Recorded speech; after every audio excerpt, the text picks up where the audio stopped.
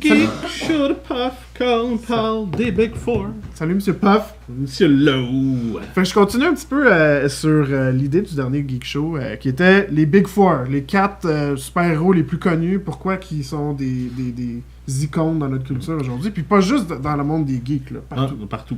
On Fait que là, on parle parle de Captain Canuck.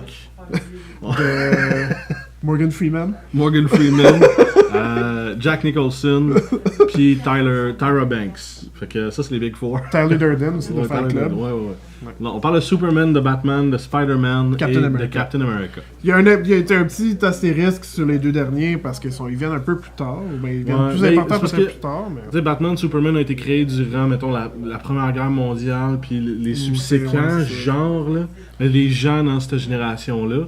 Puis Spider-Man, puis Captain America, j'ai l'impression qu'ils ont été créés après la Deuxième Guerre mondiale.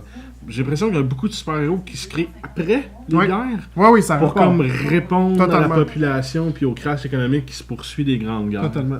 Fait que là, moi, tu sais, j'aimerais ça te dire un peu ce que je pense de ces super-héros-là. Pourquoi qu'ils sont nice, Ouais. pourquoi qu'ils sont... je t'ai posé la question la dernière fois, puis Yes. ça se ressemble un peu, là. Ouais. Superman, c'était l'immigrant parfait. Oui. Parfait. Il venait ici, puis il venait pas juste travailler fort, là. Il venait de sauver la peau, là. Mais Ça venait rétablir la société. Mais réalisant leur grand rêve américain en passant, tu sais, puis c'est ça qui est... tu sais, c'est de te faire sauver par, tu sais... Il n'y a pas de malheur. Superman va toujours être là Exact. pour te sauver, tu sais. Ouais. Puis... Ça fait partie du rêve américain. Je me demande si ça représentait la vague immigrante qui est venue réinsérer comme du travail puis de la main-d'œuvre dans une économie qui allait vraiment mal.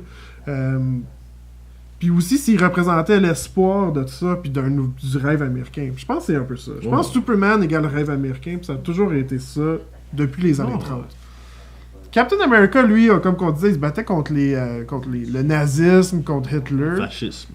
Dans le temps de Marvel. Comment ça s'appelait Marvel dans le temps? Tu te souviens-tu? Non, je m'en rappelle pas. Timely! Timely Comics. Timely Comics. Ouais. Fait que c'était un temps, tu sais, de positivisme quand même, parce que les Américains ont été sauvés, les Français, avec qui ils ont une mauvaise relation historique quand maintenant, même. Ils ouais. ont été sauvés, les Français. Fait que c'était comme un temps de fierté. Le Captain America représentait la propagande. Puis, on a tué Hitler, on y va, let's go, let's do it. Puis, assez étrangement, dans le temps de la guerre froide, Ouais. là, Captain America, il était plus nulle part pour être vu, tu sais, là. C'était plus Non, parce qu'il était sombre. mal vu, ouais. Ouais, c'était Ça. plus sombre, Ouais. puis là, tu sais, ça, tout d'un coup, l'américanisme... Parce que Captain America son premier, représente le patriotisme, ouais, puis le côté exact. militaire des États-Unis. Puis là, c'était moins beau, là. Disons qu'il est flambé, là, que les Amériques, c'est beau, puis c'est joyeux, c'était moins hot, là. C'était Ouais. comme, non, vous commencez à taper ses nerfs à tout le monde, là. Puis là, Batman aussi, j'ai l'impression qu'il représentait... Tu sais, oui, c'est un détective puis tout, mais il représentait un peu le col bleu, le travaillant humain. Moi, je suis normal. J'ai pas de super-héros. Qu'est-ce qu'il faut que je fasse dans la vie pour, tu sais, aller à travers de tous mes obstacles? Je me suis appris ça, je me suis fait des gadgets. Tu sais, me voici en train de prendre la justice dans mes propres mains. Ouais. Puis j'ai l'impression que peut-être C'est les ça qui États-Unis, attire, dans les années ouais. 30, ça a fait comme... Peut-être qu'on peut faire de quoi, là. On peut se prendre ensemble, tu sais. Ben, je dis pas que c'est de sa faute que les gens sont sortis du pétrin, mais... Autant que Superman vient de Action Comics, Batman vient de Detective Comics. Puis il résoudait les crimes que la police ne pouvait pas résoudre. Fait qu'à un moment donné, il amenait la justice aux Ouais. gens. La justice, où il n'y a plus de justice, Batman rentrait là, puis là, il y en a. Tu sais. Ouais. Tu sais, il était riche, ce qui peut pas nécessairement aider comme l'amour des cols bleus, mais j'ai l'impression que justement, lui était comme... Je suis riche, mais tu sais, je vais prendre dans mes mains... Un Robin des Bois moderne, genre, il redonnait au peuple la justice. Ouais, exact. Tous Ouais. tes bas que tu perds. Ouais, Robin c'est des ça. bas, tu sais, quand Tu tu perds rends juste toujours un un bas dans bas, le genre, jeu. t'es comme, c'est Ah. Robin des bas qui les a, pis qui Ouais. utilise en slingshot. Mais ouais, Batman, c'est étrangement le héros du peuple. Puis ça nous disait comme, oui, Superman, c'est comme inatteignable, impossible. Ouais. Mais toi, tu sais, si peux tu être vois Batman. comme un gars dans une ruelle avec un couteau, là, en train d'attaquer une fille, là, faut être pétaille. là. Puis je pense que ça donnait ça comme espoir aussi aux jeunes, tu sais. Ouais. Peut-être que moi, je peux faire une différence, juste moi, là, juste un homme normal. C'est vrai que c'était. Ouais. J'avoue qu'il est pas. Moi, quand j'étais petit, j'étais comme Batman le ferait dessus. Puis là, j'étais comme, je vais le faire. Ouais, puis ça m'amène à Spider-Man. Quand même assez similaire comme idée, dans le sens que c'est un fils de col bleu. C'est comme le fils de Batman, un peu. Ben, c'est l'ado torturé. Ouais, mais c'est ça. C'est comme il représentait finalement les gens qui lisaient les BD, les ados. Finalement, un personnage vulnérable, imparfait, anxieux, le nerd de l'école, se faisait péter la gueule. Il était probablement comme toi. Tu sais, pas toi, mais peut-être toi. Même plus moi, en tout cas. Il était comme nous. Mais il manquait ça, là. Mais, tu sais... Ben oui, non, mais il était très... Il venait toucher une corde sensible sur les adolescents, surtout, que... justement, il se faisait martyriser, il était pas heureux chez lui, il était pas heureux à l'école, il avait comme pas... Il avait pas sa place dans le monde.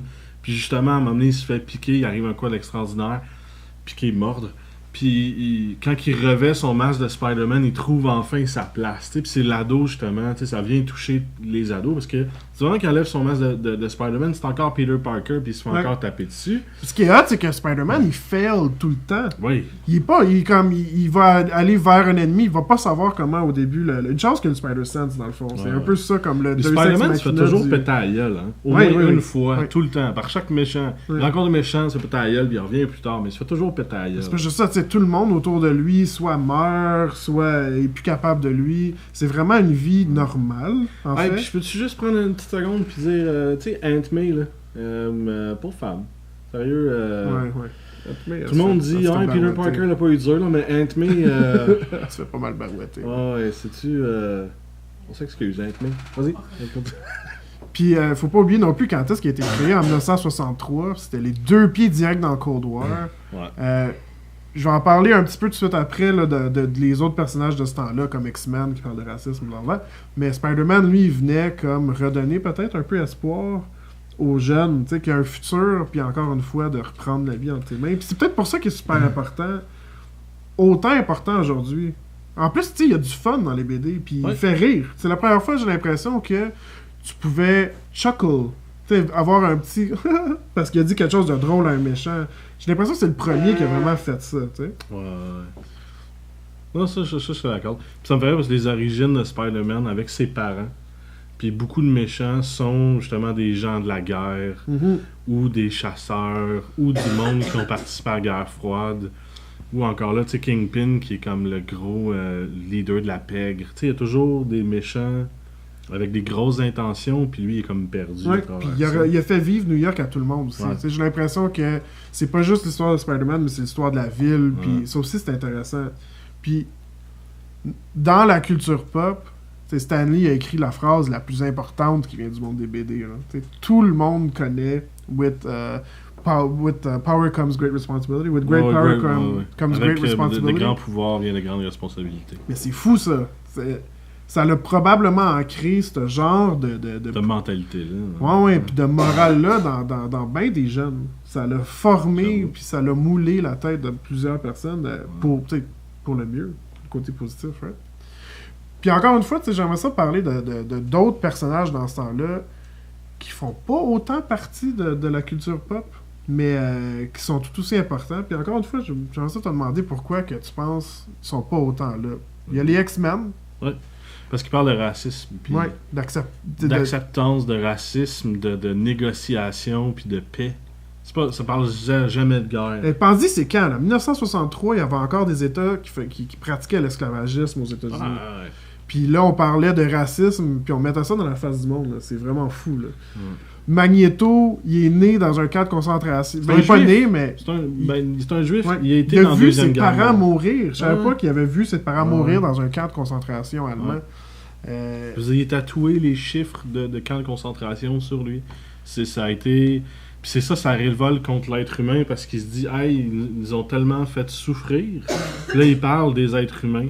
Puis il dit, nous autres, on a évolué pour être mieux qu'eux autres, fait que c'est rendu notre place, notre planète. Puis c'est ça le combat de Magneto. Puis tu sais, c'est l'antagoniste, mais c'est pas un antagoniste, il veut juste plus revivre le racisme qu'il a vécu quand il était jeune, puis qu'il a vu ses parents mourir. S'il prend mal, on s'entend, mais c'est quand même ça.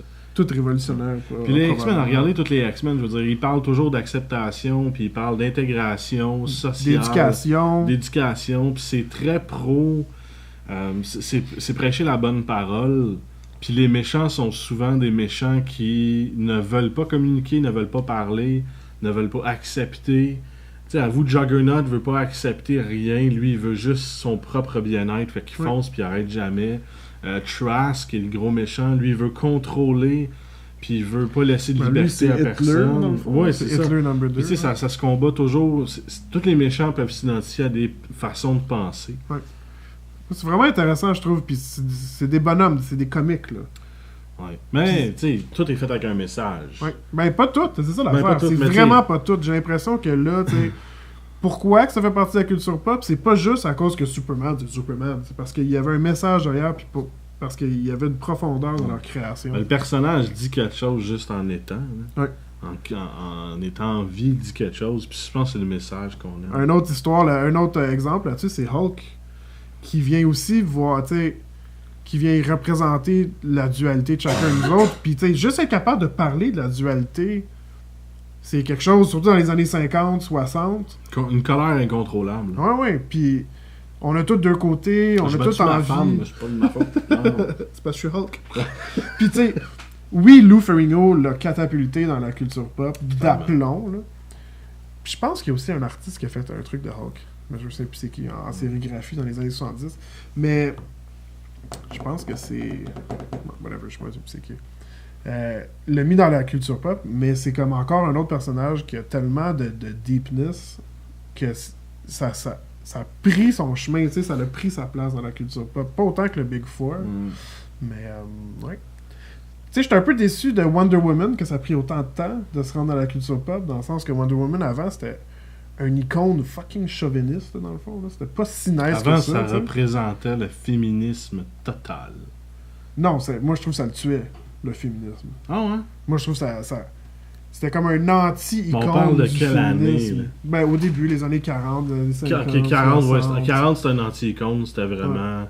Il y a eu l'émission de télé vraiment poche aussi, qui a pas aidé. Mais je parle des années 80, ça a aidé, je pense, la cause de la femme. Les années 80, dans le redesign. Là.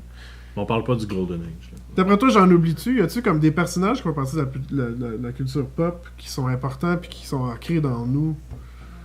Ben, je pense que, tu sais, chaque super-héros remplit une mission, là, dans la culture, justement. Tu sais, Batman va te remplir la mission de la justice, Superman de la perfection, Spider-Man de la torture puis de l'adolescence. Puis, tu sais, je pense que Captain America va chercher le patriotisme. Il y en a quelques-uns. Wonder Woman va un peu plus ancrer vers le cœur des femmes parce que, justement, c'est une fille qui est plus féministe puis qui a du guts puis qui est capable de se battre.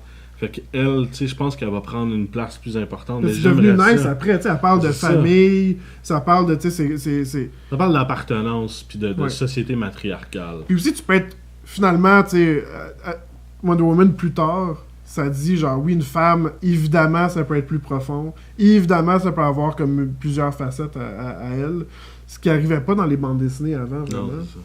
Mais je pense qu'il y aura encore de la place, mais ça c'est mon gros nerd en moi. Pour placer 2-3, tu sais, X-Men, tu parles beaucoup de racisme, puis ça, j'adore ça avec Professeur X, puis Magneto, la dualité entre les deux.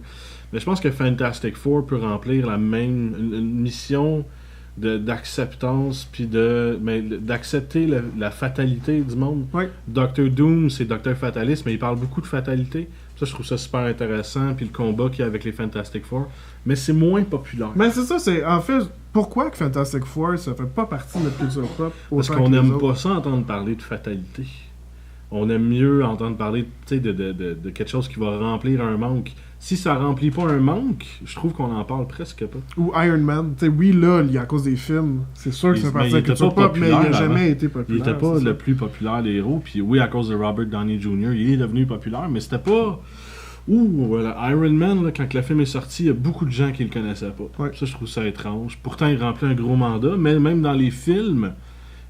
Intéressez-vous au BD parce qu'il remplit un beaucoup plus gros mandat dans les BD que dans les films. Ah oui, lui il parle d'alcoolisme. C'est un bouddhiste, alcoolisme, qui fait. C'est un model aussi. Il représente beaucoup de facettes de la société qui ont des problèmes dans la bande dessinée. Dans la bande dessinée, il est vraiment profond. Ouais. Puis c'est vraiment. La bande dessinée est vraiment meilleure que les films. Là. Même si vous avez 30-40 ans, si vous avez aimé là, les films d'Iron Man, là, allez vous acheter une BD, là, s'il vous plaît. Ça coûte 4-5$ au magasin de BD du coin. Là.